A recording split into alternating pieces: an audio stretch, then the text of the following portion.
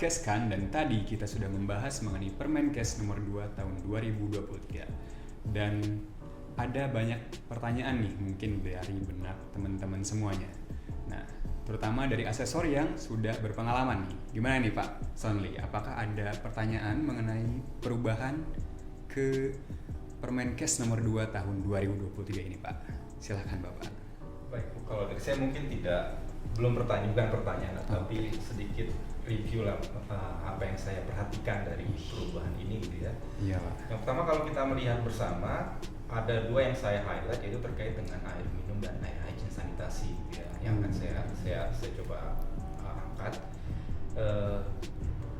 Dari segi peraturan nomor Permenkes 2 2023 ini parameter yang dipantau untuk air minum itu lebih sedikit gitu ya. Sedikit. Karena mungkin sudah dilihat aspek mana yang kritikal atau tidak gitu ya. Untuk parameter wajib air minum itu kalau tadi sebelumnya dari PMK 492 tahun 2010 itu ada 26 parameter, sekarang disederhanakan menjadi 19 parameter kritis. Sedangkan kalau untuk air hygiene sanitasi di PMK 32 tahun 2017 itu tadinya 20 parameter, sekarang disederhanakan parameter kritisnya menjadi 13 parameter saja. Tantangan untuk laboratorium dan lembaga penilaian kesesuaian sebenarnya dengan adanya Permenkes nomor 2 tahun 2023 ini, di mana memang Kementerian Kesehatan menginisiasi agar kualitas air yang kita gunakan itu jauh lebih baik. Itu memang suatu inisiasi yang cukup baik, dan di Permenkes nomor 2 tahun 2023 ini memang baku mutunya kalau kita perhatikan itu lebih rendah lagi dibandingkan dengan PMK 492 tahun 2010 tentang air minum dan PMK 32 tahun 2017 tentang air hygiene sanitasi. Memang jauh lebih rendah. Sebagai contoh, untuk di air minum total dissolved solid yang semula 500 mg per liter sekarang turun ke 300 mg per liter. Kemudian beberapa logam juga turun. Nah, tantangan yang paling menarik ini yang perlu diperhatikan oleh kita sebagai LPK gitu ya, lembaga penilai kesesuaian dan laboratorium, adalah terkait dengan chromhexapalen. Di Permenkes nomor 2 tahun 2023 ini, chromhexapalen itu baku mutunya turun menjadi 0,01 mg per liter. Lebih kecil. Sehingga dengan metode-metode yang selama ini dipakai, yaitu dengan metode spektrofotometri maupun AAS ya, atomic absorption spectrophotometry, ini agak sulit gitu ya. Jadi lab ditantang dengan Permenkes nomor 2 2023 ini mengembangkan metode-metode yang lebih sensitif, yang memiliki sensitivitas lebih baik lagi, sehingga bisa mendeteksi pada angka atau level kontaminan yang lebih rendah lagi. Itu sih tantangan yang perlu dikembangkan oleh teman-teman dari LPK. Kalau itu tanggapan saya terkait perubahan ini. Iya. Sangat menarik ya Bapak ya, banyak sekali tantangannya untuk kita semua, sehingga kita dapat mengimplementasikan Permenkes nomor 2 tahun 2023 ini ya. Gitu Bapak. Nah, kemudian pertanyaan selanjutnya mungkin di lampirannya Bapak kan banyak sekali ya Bapak ya, lampirannya itu ada berpuluh-puluh halaman itu Pak. Saya belum baca semuanya juga Pak. Tebal banget. Karena gabungan dari beberapa regulasi yang sebelumnya ya Pak ya. Nah, itu apakah ada tanggapannya Pak untuk pengujiannya itu di lab yang seperti apa gitu Pak? Iya. Jadi kalau di lampiran memang cukup panjang dan deskripsinya cukup banyak ya, yang memang perlu kita perhatikan baik-baik.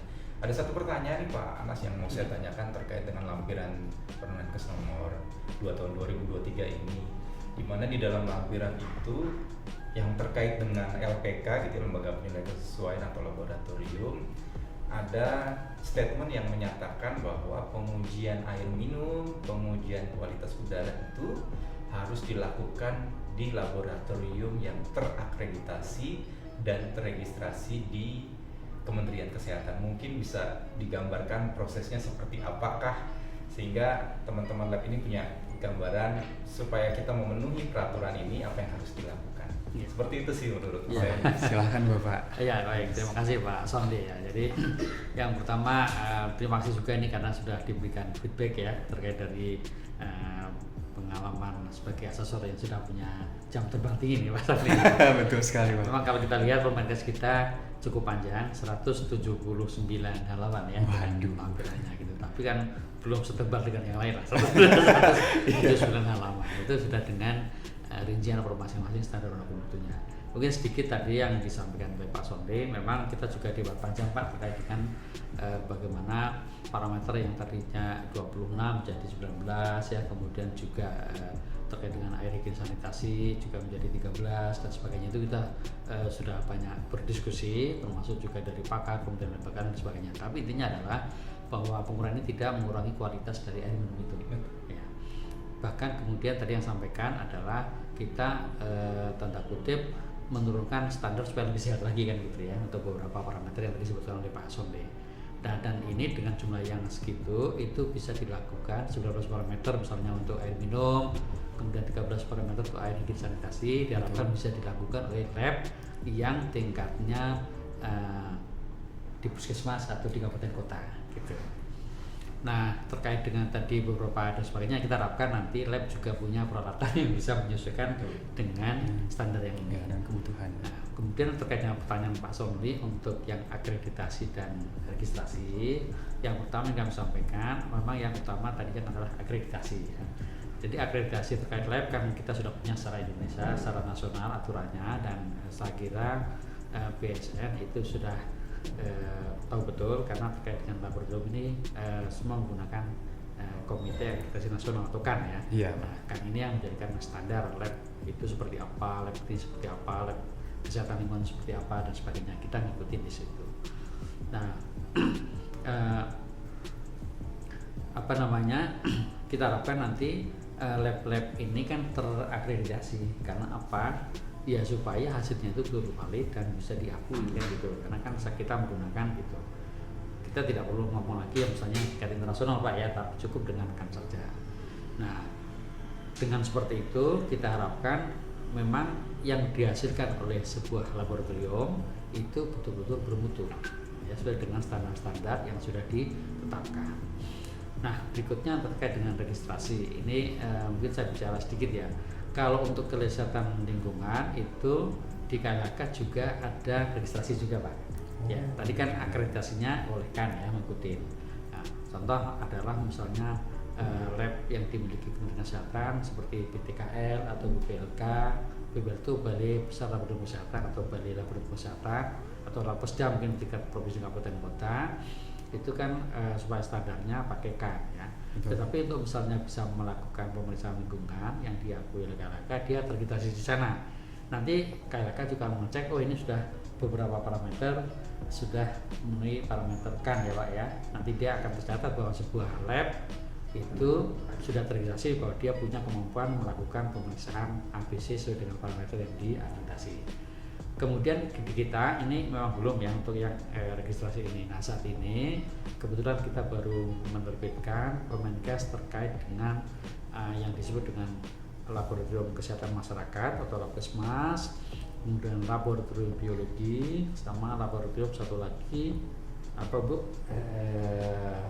Satu lagi adalah Laboratorium Lingkungan. Laboratorium Lingkungan. Nah, ini kita akan tata semua lab itu nanti terregistrasi Pak di Kementerian Kesehatan, baik itu yang memeriksa lingkungan terkait dengan sampel lingkungan terkait dengan kesehatan Pak ya, kemudian juga yang melakukan pemeriksaan misalnya katakanlah dari sampel manusia atau human sample ya, kemudian juga terkait dengan mungkin ada lab yang bisa melakukan pemeriksaan sampel lingkungan maupun juga human sample jadi satu.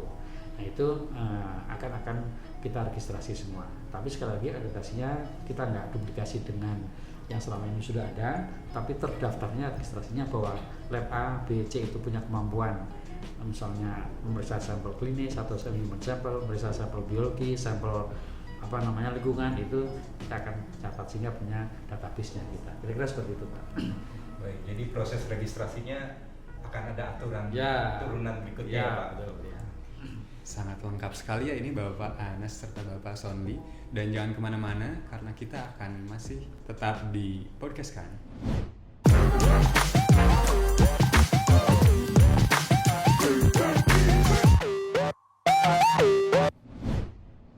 Kembali lagi di podcast KAN, dan tadi kita sudah mendengarkan banyak sekali informasi dari Pak Anas serta Pak Sonli mengenai Permenkes nomor 2 tahun 2023.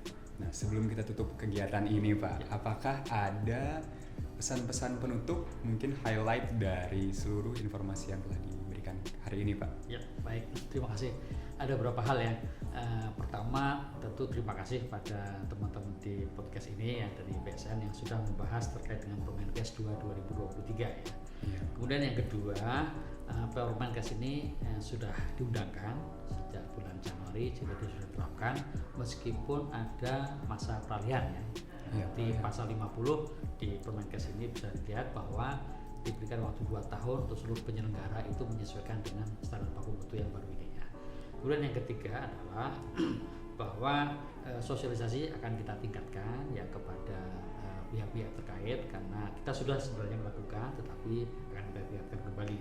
Nah terakhir barangkali adalah bahwa Permenkes ini tentu tujuannya untuk meningkatkan standar yang lebih bagus lagi untuk mencapai derajat kesehatan yang lebih optimal ya. Dan sekali lagi standar baku mutu yang kita gunakan kita sudah melakukan benchmarking baik itu dengan WHO, dengan negara lain secara global maupun juga kita sudah harmonisasi dengan kementerian lembaga terkait. Terima kasih.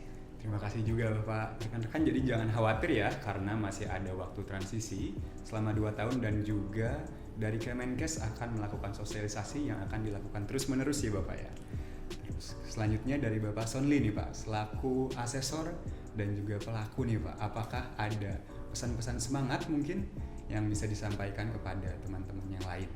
Silakan Bapak.